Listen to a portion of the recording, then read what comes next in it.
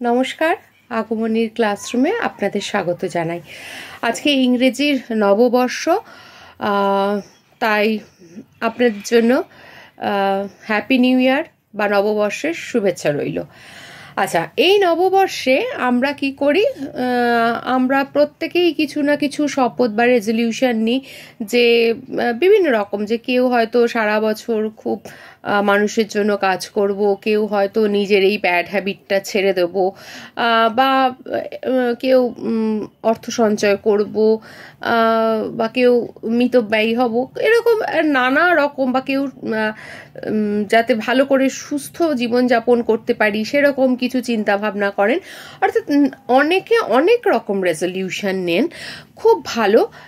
এই রেজলিউশনটা একদম through out the year যাতে আপনারা পালন করে যেতে পারেন, তার জন্য আমি ঈশ্বরের কাছে প্রার্থনা করছি যাতে আপনারা যে রেজলিউশনটা নিচ্ছেন সেটা যেন পূর্ণ হয়। কিন্তু তার সাথে আরও কিছু রেজলিউশন আমি আপনাদের নিতে অনুরোধ করব, কারণ সেটা আমাদের জীবনের জন্য অত্যন্ত গুরুত্বপূর্ণ এবং আমাদের ভবিষ্যৎ প্রজন্মের জন্যও কিন্তু খুবই গুরুত্বপূর্ণ। না, সেটা কি না, সেই রেজলিউশনের বিষয়টা বলে দিয়েছেন আমাদের 1992-তে যে ব্রাজিলের রিও দ্য জেনেরিও শহরে যে কনফারেন্সটা হয়, সেখানে একবিংশ শতাব্দীর মানুষকে রক্ষা করার জন্য এজেন্ডা 21 স্থির হয়। তো এজেন্ডা 21-এর বিষয়গুলো কি একটু আপনাদের বলে দিই, এবং এগুলোকেই আমাদের রেজলিউশনের মধ্যে আনতে হবে। কি প্রথমে যেটা হচ্ছে যে বায়ুমণ্ডল অর্থাৎ অ্যাটমসফিয়ারের প্রোটেকশন, অর্থাৎ বায়ুমণ্ডলকে কোনোভাবে আমরা নষ্ট করব না, তাকে তার নিজস্ব ভঙ্গিমায় থাকতে দিতে হবে। 2 নম্বর হচ্ছে গাছ কাটা আটকানো। তারপর হচ্ছে জীববৈচিত্র্যকে কোনোভাবে বিনষ্ট করা যাবে না। তারপরে হচ্ছে যত রকম হেলথ প্রোটেকশন আছে আমাদের সেগুলো সমস্ত ব্যবস্থা করতে হবে। সাস্টেনেবল ডেভেলপমেন্টের দিকে নজর দিতে হবে, দারিদ্রতা দূরীকরণ করতে হবে।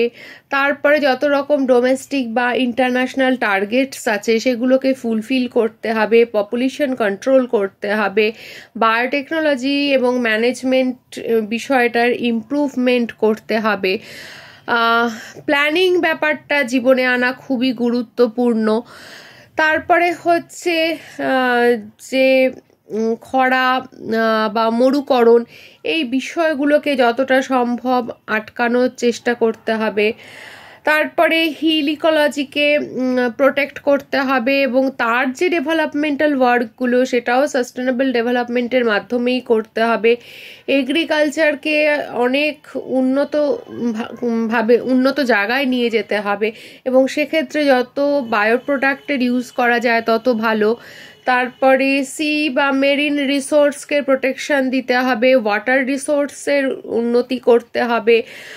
তারপরে হিউম্যান কনজামশনের প্যাটার্ন চেঞ্জ করতে হবে, অর্থাৎ যখন তখন যা ইচ্ছা কিনলাম, যা ইচ্ছা ব্যবহার করলাম, সম্পদ নষ্ট করলাম, এই সমস্ত ব্যাপারগুলোকে কন্ট্রোল করতে হবে। এনভায়রনমেন্টের জন্য ব্যালেন্সড প্ল্যান করতে হবে। তারপরে হচ্ছে কোনো টক্সিক ওয়েস্ট এনভায়রনমেন্টে রিলিজ করা যাবে না। তারপরে হচ্ছে ইন্টারন্যাশনাল মাইগ্রেশন বা ট্রেড, বিভিন্ন হ্যাজার্ডাস ওয়েস্ট নিয়ে এই বিষয়গুলোকে অনেকটাই নিয়ন্ত্রণ করতে হবে। তারপরে রেডিও অ্যাক্টিভ ওয়েস্টের ক্ষেত্রে ইকো ফ্রেন্ডলি ম্যানেজমেন্ট নিতে হবে, ম্যানেজমেন্টের আওতায় আনতে হবে।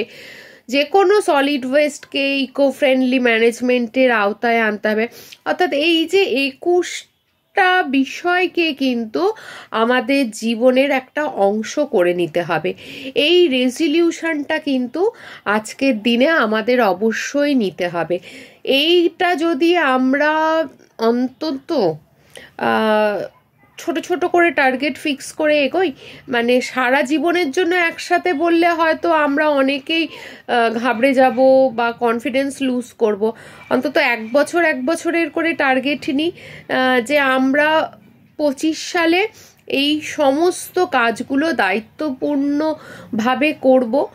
তারপর যখন আবার 26 সালের রেজলিউশন নেওয়ার বিষয় আসবে, তখনও তাকে আবারও আমরা অন্যান্য আর 5টা রেজলিউশনের মধ্যে এটাকে আমরা ঢুকিয়ে নেব। তো সুতরাং আমি আপনাদের দায়িত্বটাকে মনে করিয়ে দিলাম, আপনাদের শপথ নেওয়ার বিষয়টাতেও আলোকপাত করে দিলাম। তো আশা করব আপনারা দায়িত্ব নেবেন, শপথ নেবেন এবং আপনাদের বন্ধুদের মধ্যে বা কাছের মানুষদের যারা রেজলিউশন নেবেন তাদেরকে এইটা একটু প্লিজ শেয়ার করে দেবেন, যাতে তারাও তাদের শপথের ক্ষেত্রে এটা নিতে পারে, আর 5টা শপথের সাথে এটাকে নিতে পারে। আর তাদের বলবেন যে চ্যানেলটা প্লিজ সাবস্ক্রাইব করে দেখতে, আর কেউ স্কিপ করবেন না, তাহলে যেহেতু খুব ছোট ছোট ভিডিও, তো এইটুকু টাইম আমরা পরিবেশের জন্য দিতেই পারি, তো স্কিপ করে না করে দেখবেন।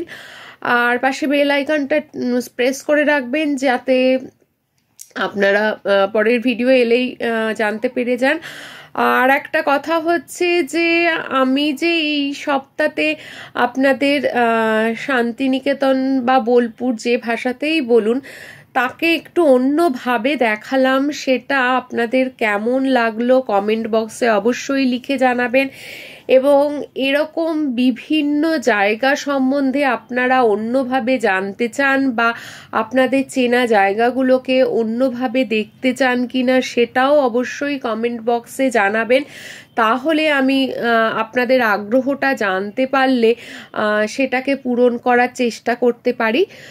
তো আজকে এই অবধি রইল। নতুন বছর সবারই আবারও বলছি খুব ভালো কাটুক, সুস্থ থাকুন, ভালো থাকুন, নিজের চারপাশের মানুষকে ভালো রাখুন, পরিবেশকে ভালো রাখুন এবং ভীষণ ভীষণ ভীষণভাবে সচেতন থাকুন।